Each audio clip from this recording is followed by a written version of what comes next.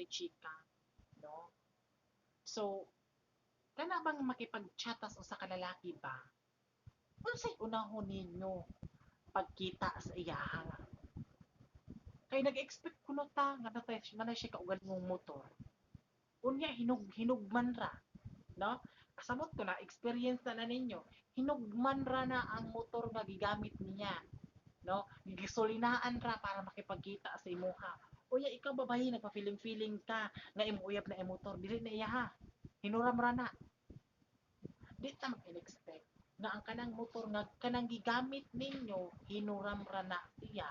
Usapon birintahan ra na siya para masundo ka, mamit ka, di ba?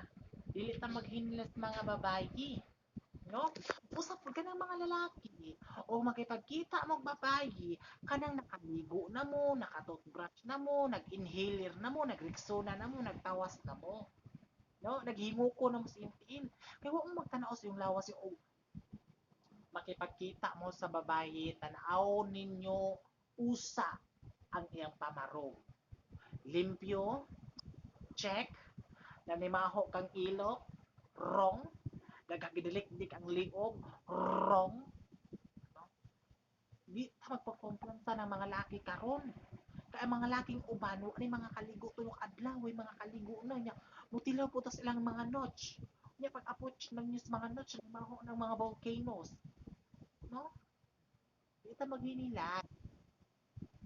Maligo ta makipagkita. Kamo po babae kay nakauyab og may hindi ta mag-feeling na kauyab kog may motor makipagkita ko no. Gihura man ra na gibot na ra na gasolina para masundo ka din sa inyo ha. No, ang lalaki po nagpapiling-piling kung lalaki nga naman ko yung motor pwede ka na ako masundo. Hinampak hinurman ra. Mura to. Nge.